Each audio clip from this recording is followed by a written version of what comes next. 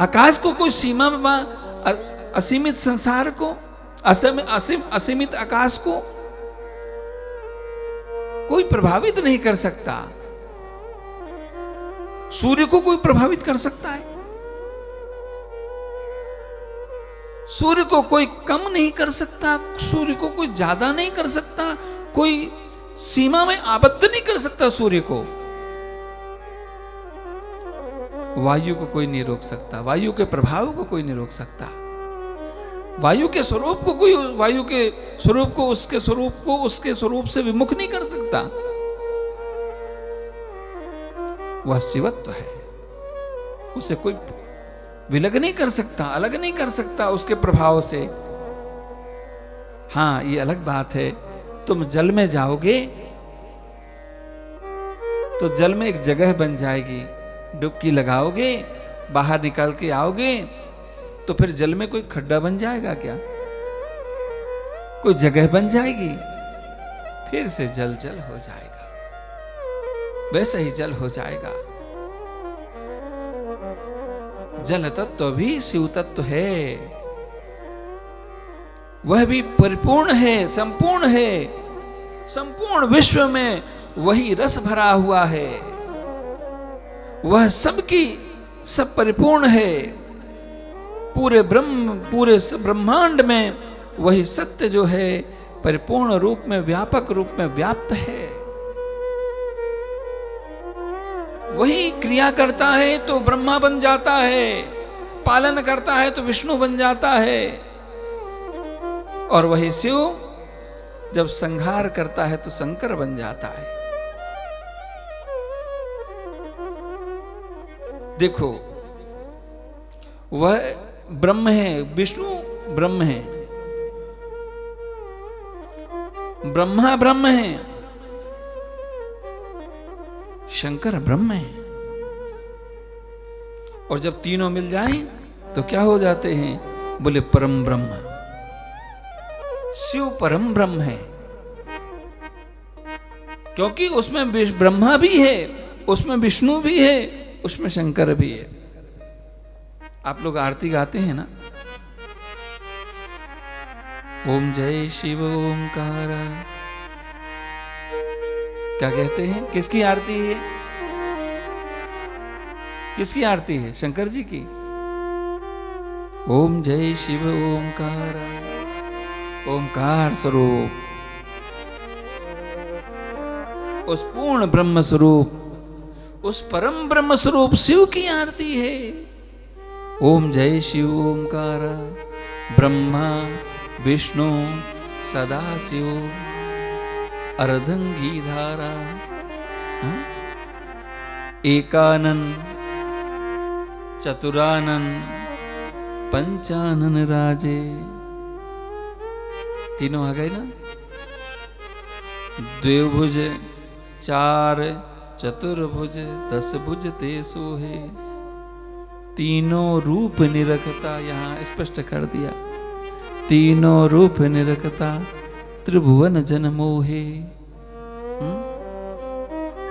श्वेतांबर, पीतांबर, बागांबर, अंगे, सनकादिक ब्रह्मादिक भूतादिक संगे। सनकादिक ब्रह्मादिक भूतादिक संगे, सनकादियों के साथ में है, सनकादिक ब्रह्मादिक ब्रह्मादियों के साथ में है, भूतादिक भूतों के साथ में है। ऐसे वो शिव हैं। शिव का स्वरूप क्रिया भी है, पालन भी है, और संसार का संग्रहण भी है। वह शिव तत्व जो होता है, वह शिव तत्व गुरु तत्व के रूप में है। इसलिए कहते हैं ना, गुरुर ब्रह्मा गुरुर विष्णु गुरुर्देवो महेश्वरः, गुरु साक्षात परम ब्रह्म तस्मै श्री गुरवे नमः। गुरु ब्रह्मा, लेकिन यहां मजे की बात, गुरु ब्रह्मा है, ब्रह्म में ब्रह्म तत्व है, ब्रह्म तत्व है, लेकिन पूरा पूरा नहीं है। कैसे पूरा पूरा नहीं है? बोले ऐसे पूरा पूरा नहीं है कि ब्रह्मा सृष्टि बनाता है और जैसे ही कल्प पूरा होता है तो ब्रह्मा की सृष्टि गोविंदाय नमो नमः। ब्रह्मा सृष्टि बनाते हैं, समय आने पे ब्रह्मा की सृष्टि समाप्त हो जाती। भगवान विष्णु पालन करते हैं, तो भोजन किए और फिर शाम को पत्नी कहती है कि सुबह तो किए थे, अब क्या जरूरत है, बनाना ही पड़ेगा क्या? तो बोले सुबह ना के ग्रहण किया था, अब सांझ हो गई है तो फिर से भूख लग गई है। मतलब भगवान विष्णु पालन करते हैं, पोषण करते हैं, लेकिन उनका पोषण भी ऐसा है कि प्रातःकाल किया हुआ भोजन शाम तक समाप्त हो जाता है, फिर से भूख लग जाती है। भगवान शंकर संसार का संग्रहण करते हैं, लेकिन संसार का संग्रहण करे और फिर मन करता है कि नहीं नहीं, फिर से सृष्टि का सृजन हो, तो फिर क्या करना है? सृष्टि का सृजन एकोहम बहुश्यामी, सृजन करना है तो पुनर्सृजन करने के लिए ब्रह्मा को फिर से कहते हैं, ब्रह्मा फिर से सृष्टि बना देते हैं। तो सृजन कर रहे हैं और संग्रहण हो रहा है, काम तो खोटा है। पालन कर रहे हैं, सुबह भूख, सुबह भोजन, फिर शाम को भूख, काम तो खोटा है। सृजन संग्रहण कर रहे हैं, फिर से सृष्टि का निर्माण हो रहा है, फिर तो काम खोटा है।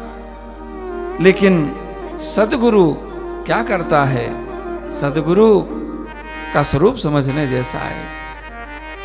सदगुरु जिस ज्ञान की सृष्टि का निर्माण कर देता है, उसका कभी संग्रहण नहीं होता। सदगुरु जीवन की कामनाओं से मुक्त कर देते हैं, संसार की भूख से मुक्त कर देते हैं, और एक बार कामनाओं से मुक्त हो गए तो फिर तुम्हें संसार की फिर भूख नहीं लगने वाली। सदगुरु जिस अज्ञानता का, जिस मोह का विनाश कर देते हैं, फिर से दोबारा उस अज्ञानता का, उस मोह अंधकार का फिर उस दोबारा सृजन नहीं होता है। इसलिए गुरु की महिमा है। इसलिए गुरुर ब्रह्मा गुरुर विष्णु गुरुर्देवो महेश्वरा, लेकिन इसके बाद भी बोले तीनों मिल जाते हैं। बोले गुरु साक्षात परब्रह्म तस्मै श्री गुरुवे नमः।